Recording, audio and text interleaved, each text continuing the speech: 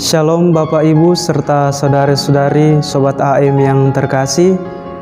Pada hari ini kita kembali akan merenungkan sabda Tuhan yang diambil dari Injil Lukas bab 10 ayat 38 sampai 42. Namun sebelum itu marilah kita siapkan hati dan diri kita untuk berdoa.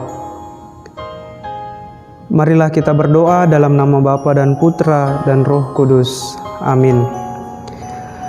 Syukur kepadamu ya Bapa atas rahmat dan berkat yang boleh Engkau berikan kepada kami masing-masing, terutama Engkau telah menuntun dan menyertai rangkaian perjalanan kehidupan kami hingga pada saat ini. Sekarang ya Tuhan, kami datang menghadap hadirat-Mu, membuka hati dan pikiran kami untuk menerima sabda-Mu yang akan kami dengarkan dan renungkan bersama. Semoga benih sabda yang Kau taburkan dalam hati dan pikiran kami boleh menjadi teladan dan boleh menjadi pedoman bagi kami dalam kehidupan harian kami.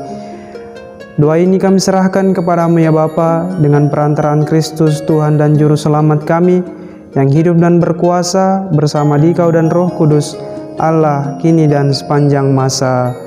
Amin. Dalam nama Bapa dan Putra dan Roh Kudus. Amin. Inilah Injil Yesus Kristus menurut Lukas. Dalam perjalanan ke Yerusalem, Yesus dan murid-muridnya tiba di sebuah kampung. Seorang wanita bernama Marta menerima dia di rumahnya. Wanita itu mempunyai seorang saudara yang bernama Maria. Maria itu duduk di dekat kaki Tuhan dan terus mendengarkan sabdanya. Tetapi Marta sangat sibuk melayani. Ia mendekati Yesus dan berkata, "Tuhan, tidakkah Tuhan peduli bahwa saudariku membiarkan daku melayani seorang diri? Suruhlah ia membantu aku." Tetapi Yesus menjawabnya, "Marta, Marta, engkau khawatir dan menyusahkan diri dengan banyak perkara. Padahal hanya satu saja yang perlu. Maria telah memilih bagian yang terbaik, yang tidak akan diambil daripadanya."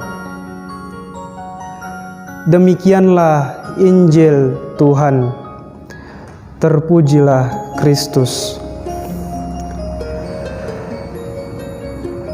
Bapak, Ibu, serta saudara-saudari yang terkasih, mengasihi Allah dan sesama tidak selalu mudah untuk dilaksanakan. Mengasihi sesama yang nyata dan kelihatan lebih mudah dilakukan daripada mengasihi Allah yang tidak kelihatan, sering luput dari perhatian kita masing-masing. Injil hari ini mau menunjukkan kepada kita hal tersebut. Tuhan Yesus dalam bacaan mengunjungi Marta dan Maria, dan dari sikap mereka menerima Yesus, kita mengetahui bahwa memberi pelayanan dan perhatian adalah sesuatu yang baik. Namun dalam bacaan ini, Tuhan Yesus mau menunjukkan mana yang paling baik. Sekilas kita menganggap bahwa Marta telah melakukan kesalahan dengan sibuk melayani. Tetapi sebenarnya Tuhan tidak mengatakan bahwa apa yang dilakukan Marta itu salah dan tidak berarti. Namun Tuhan Yesus mau menunjukkan bahwa ada hal yang paling baik daripada harus menyusahkan diri untuk melayaninya. Kita pasti membayangkan bahwa saat kedatangan Yesus, Marta sangat senang dengan kedatangan Tuhan Yesus, sehingga ia sibuk melayani Tuhan.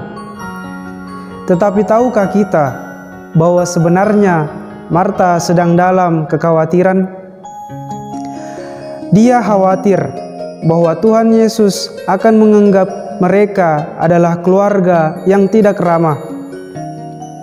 Tetapi sebenarnya bukan hal itu yang mau ditunjukkan oleh Tuhan. Tuhan kita tidak akan menilai dan menyalahkan tindakan-tindakan Marta itu. Tetapi Tuhan mau membedakan antara tugas-tugas kewajiban itu. Sebab dikatakan bahwa Maria telah melakukan yang terbaik. Bukan berarti bahwa tindakan Marta itu tidak baik, tetapi tindakan Maria lah yang paling baik, sebab hal itu tidak akan diambil daripadanya.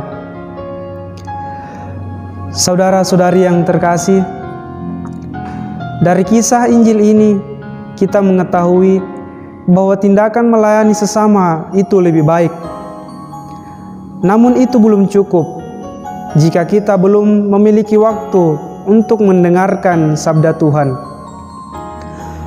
Lalu dari mana kita dapat mendengarkannya? Tentu saja lewat doa-doa kita, membaca dan merenungkan kitab suci, dan terutama kita menyerahkan diri kepada Tuhan dalam Ekaristi. Saat itulah kita dapat menjadi Maria yang duduk di hadapan kaki Tuhan.